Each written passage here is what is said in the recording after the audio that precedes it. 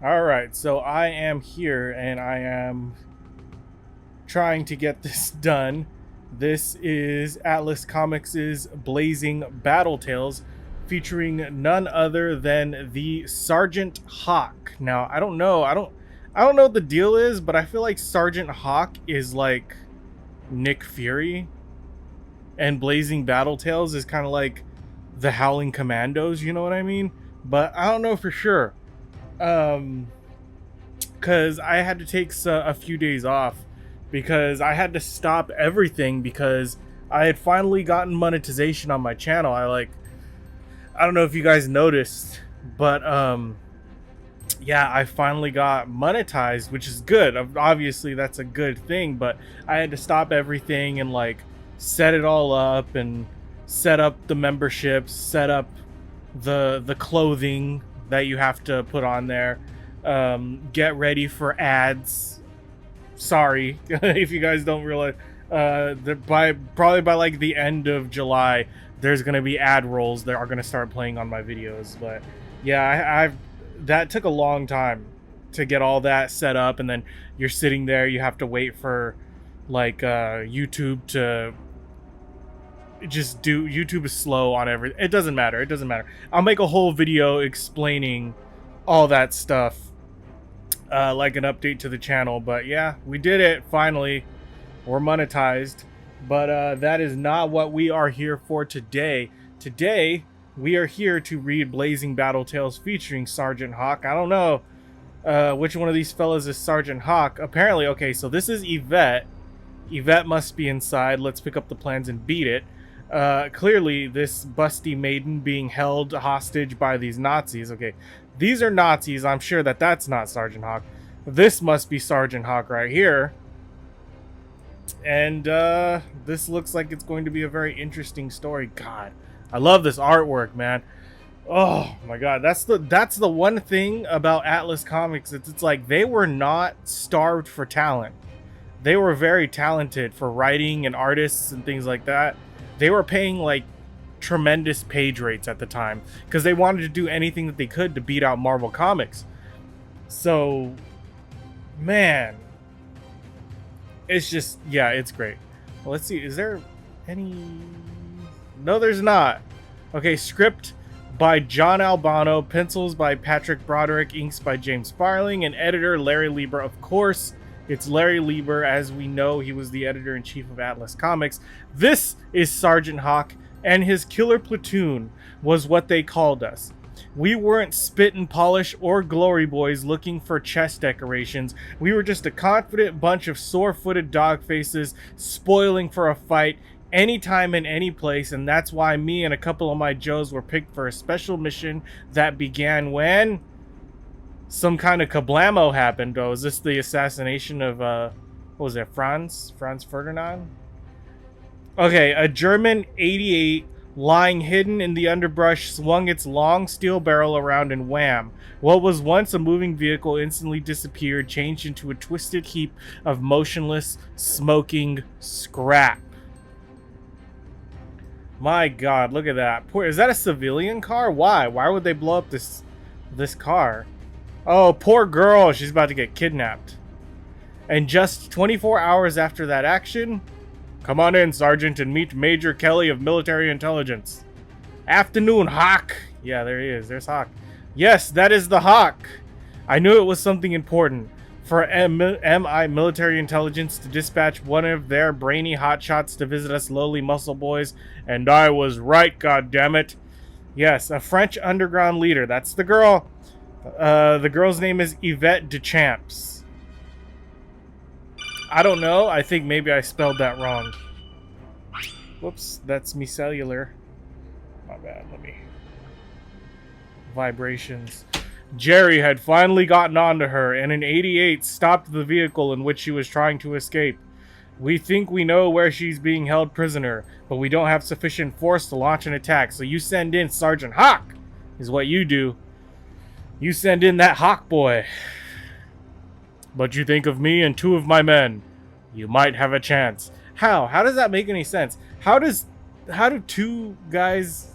How does that have more of a I don't know. The girl knows the names of hundreds of French and Dutch partisans. If she talks, if she's probably given a good going over right now. That's an understatement, I'm afraid, because the girl is being held captive by one of the most sadistic officers in the German command. His own men call him the one-armed beast. Here's to you, buddy. You got your work cut out for you. So basically, Sergeant Hawk has got to go save the French connection, and we're along for the ride. That was it then. A pretty soft-faced doll had to be rescued, and quick, because with each minute that passed, she'd be suffering every agony that those sick-minded Nazi scum could invent. I picked a tough little Indian named White Cloud and a cool killer named Goldberg to accompany me on the mission. So you got a native, and I'm assuming a Jewish, named Goldberg, and your name is Sergeant Hawk. I like it. I really like this team, guys. I really like this team. We started in daylight, but it wasn't until 0400 hours that we neared where we hoped the Krauts were bivojacked. Oh my god. What does that say? Anybody? Can anybody tell me what that says? Bivo whacked? I don't know. Score 1 for White Cloud. His hunter instincts led us right to Fritzy's lair. Oh, thank God. Thank the maker. White Cloud, thank you so much. We'd better study the layout for a while, Sergeant. Sorry, but you're overruled, gents. We gotta get in there. We've got less than 3 hours of daylight left and we hit him now. Wait, you started at 0400. How does that... And the 2 sentries get it first. Jesus Christ, look at that. Brutal! Oh, they're using knives. Silent and deadly. And they don't use ammo. We ran into one more Kraut who was on his way to bathe. He had to be silenced. He died dirty. Whoa! This is some Dirty Dozen Inglorious Bastard shit. That bit of business out of the way, we figured out our next move. Alright, Goldberg. If you were a German colonel, where would you stash a prisoner? Jesus Christ. They murdered him naked? Man, that's crazy. That shack over there. $10 says he ain't nowhere else but in that shack. Then we checked, but it's pitch black. She's in there. But since Goldberg's hunches are always on the money, we'll check it out. Yeah, Goldberg is always on the money. Just so everybody knows, Goldberg is always on the money. You see anything, Sergeant? Not a thing, White Cloud. Wait till I strike a match. What is it? Ah, the Germans! He does have one arm. Look at this fool. Look at this fool in his goddamn single arm. That will not be necessary, Sergeant. Throw down your weapons. Sure thing, Goose Stepper, but you first. You're oh my god, they got the girl tied up in the back. This is too much. Look at this. Hit him, White Cloud. Yeah, just open fire, man. They're just Nazis. Who cares? Get him. Get him, Fritz. Oof. Look at the face. Look at the signs of agony in this face. You know, sometimes I wonder about you, Goldberg. The one-armed colonel, where is he? He lit out when the action started, Sarge, but I get the feeling we're going to meet him outside with the whole blasted German army. So go out the back. Go out the back. You got the girl, man. Just get out while you can. White Cloud was right. The colonel had roused every Fritzy in the place to halt or escape. Take the girl and head for the woods, White Cloud. Yeah, you get out. Goldberg was already in action as we stepped outside, tossing grenades like he was pitching for the Brooklyn Dodgers. Wise. That's wise. Grenades. Those are crowd killers. The air quickly filled with buzzing pieces of death as Goldberg and I covered the White Cloud's retreat. Then something fell by my partner's feet. He was too busy with grenade pins to notice. That's a fucking grenade. They're dead. Ooh, nope, he kicked it. He fucking kicked it. Oh, kicked it straight back at the Nazis. Yes, we made it out of there and joined White Cloud and the girl. He had picked a place in the woods for us to hide, a spot so well concealed that the pursuing Krauts missed it entirely.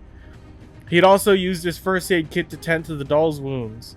She'd been worked over real good by that crummy one-armed colonel, but the kid hadn't talked. Some of the cuts and burns that covered her body would leave scars, and that's bad news for a girl, even gutsy ones like her. We didn't move from our cover for almost 2 days. But by then, the crowd seemed to have given up on us. So I thought we had made it when I led our group back inwards to American lines. You didn't make it?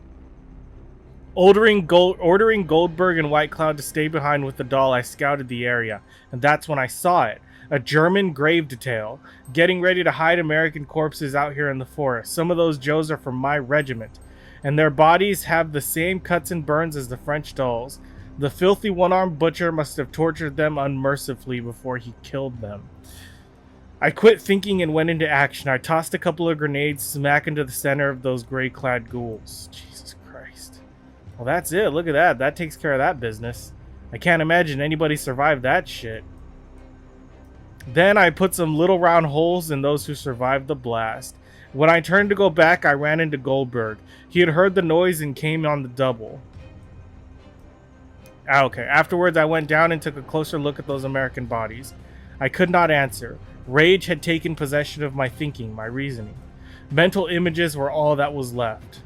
Images of the pretty French kid and what had been done to her. Images of over a dozen American Joes lying cold and stiff with their eyes closed forever. Guys that I had known personally. Minutes later, I raced past White Cloud and the girl without even seeing them. What's going on? What's he gonna do? Hey, what's with the Sarge, Goldberg? He saw some things he didn't like, White Cloud, and I saw him too. You can sit tight while I catch up with the Sarge. From the look in his eyes, he's made this his personal war, which ain't fair. But I can fix that. After all, the Sarge and me been together for a long enough time for me to picture what he's thinking. And I bet it's got plenty to do with the torture he knows that French doll had to take. It doesn't take much of an imagination to picture what it must have been like. The despair and the terrible pain. Just thinking about that one-armed butcher is enough to make me killing angry. Especially after what I had just seen. But when we get within about a mile of the German camp, the crackling burst of ack-ack told me the crowds were about to come under air attack. Oh, really? By the time we arrived, the American bombers had done their job.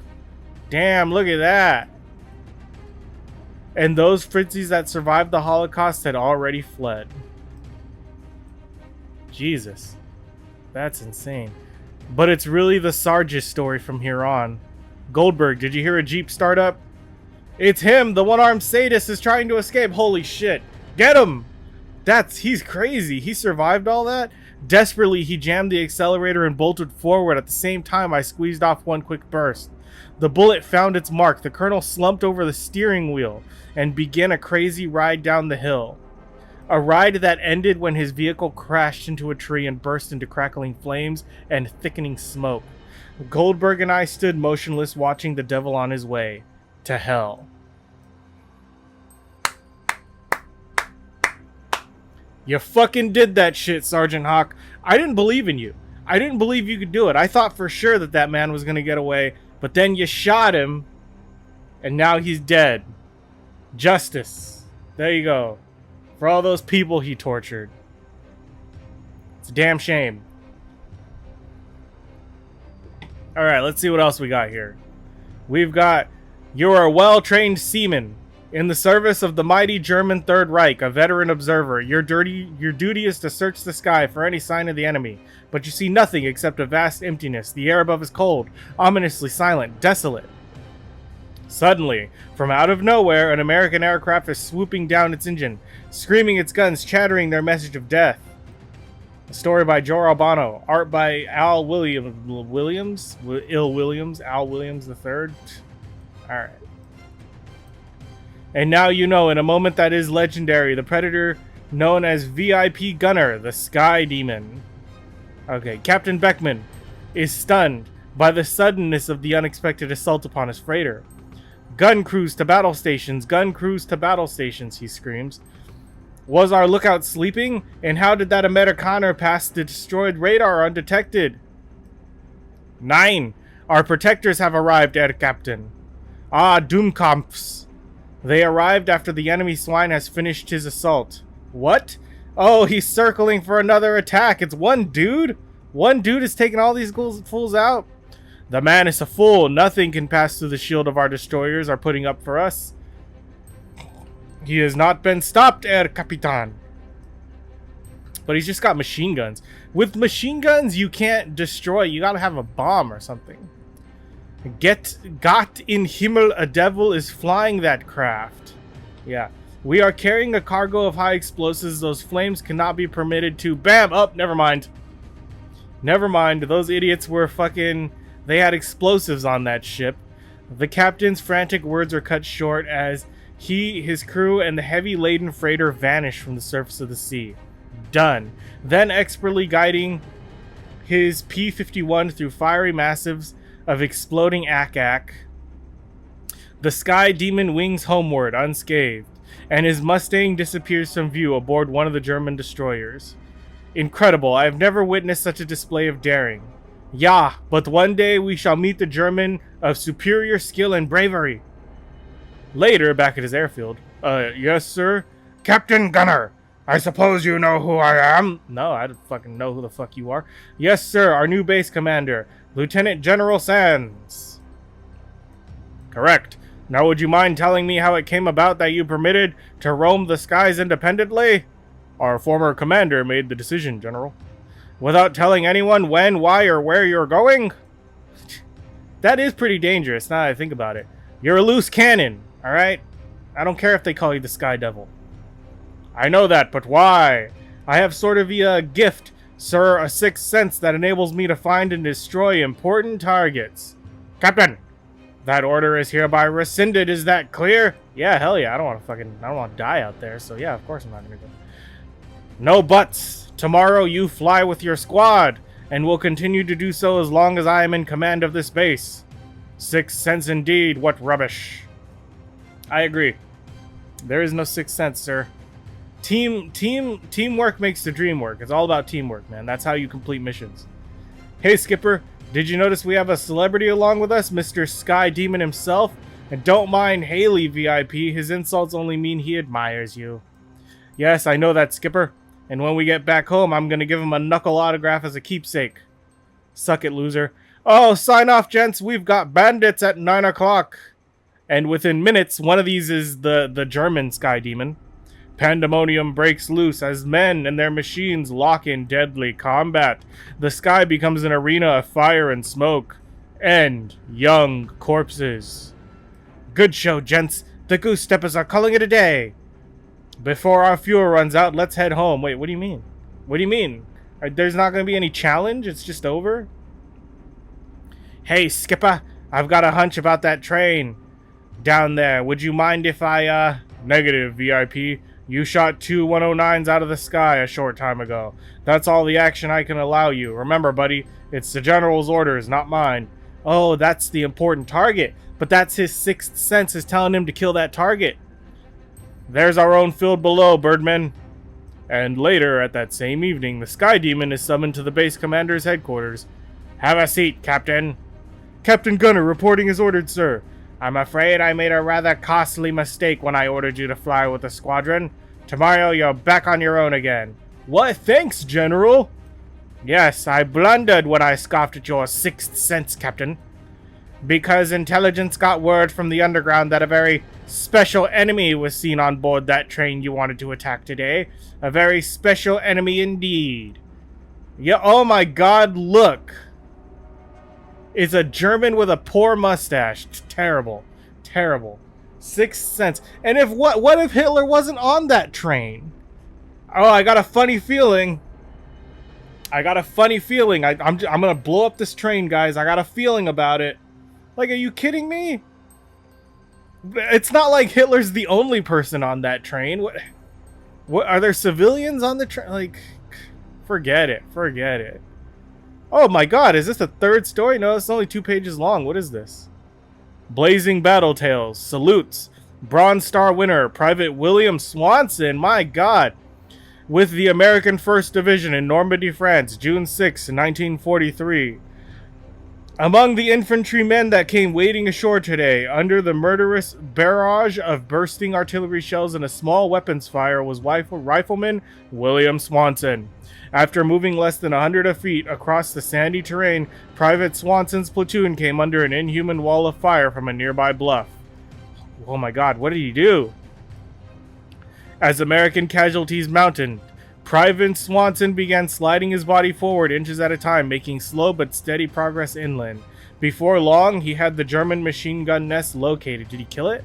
Quickly ruling out a frontal attack as impractical, the wily infantryman began moving towards the enemy's south flank.